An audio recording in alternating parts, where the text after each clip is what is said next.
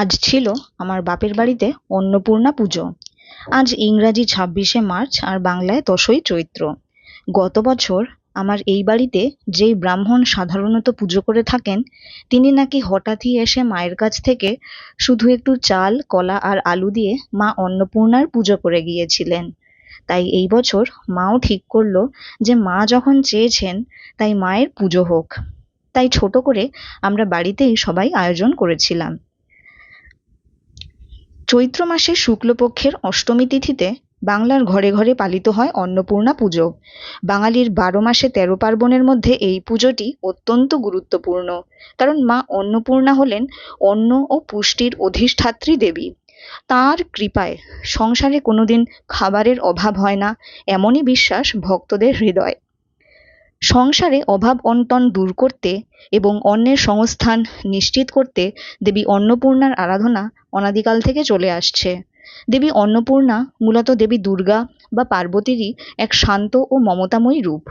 তার এক হাতে রয়েছে অন্নের পাত্র আর অন্য হাতে রত্নখচিত হাতা, যা দিয়ে তিনি জগৎবাসীকে অন্ন বিলিয়ে দেন।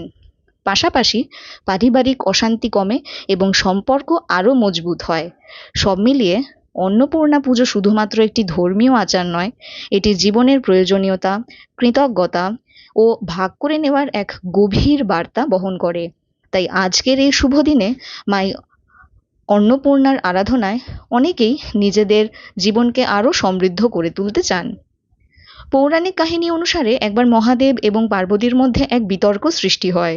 মহাদেব বলেন, জগৎ এক মায়া এবং খাদ্যও একটি মায়া। এই কথা শুনে দেবী পার্বতী রুষ্ট হন এবং তিনি জগৎ থেকে নিজেকে সরিয়ে নেন।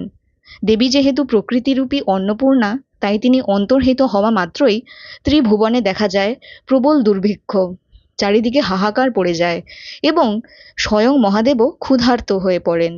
অবশেষে মহাদেব বুঝতে পারেন যে শরীর থাকলে তাকে রক্ষা করার জন্য খাদ্যেরও প্রয়োজন আছে, এবং খাদ্য মায়া নয়, বরং এক পরম ব্রহ্ম।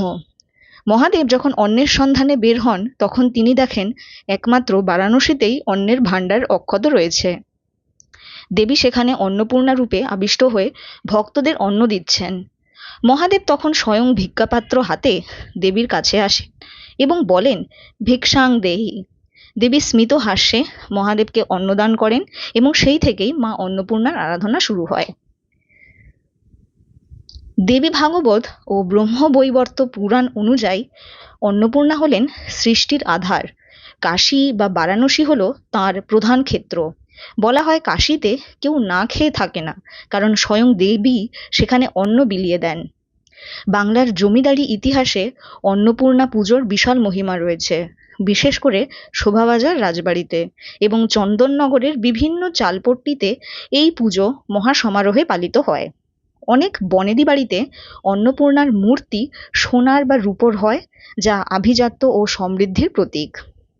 আচ্ছা, আপনারা কে কে বাড়িতে অন্নপূর্ণা পুজো করেছেন তা আমাকে কমেন্ট করে জানান, এবং আমায় এটাও জানাবেন যে কেমন লাগলো আজকের ভিডিও। লাইক, শেয়ার, কমেন্ট ও সাবস্ক্রাইব করতে ভুলবেন না। দেখা হবে পরের ভিডিওতে। For now, by.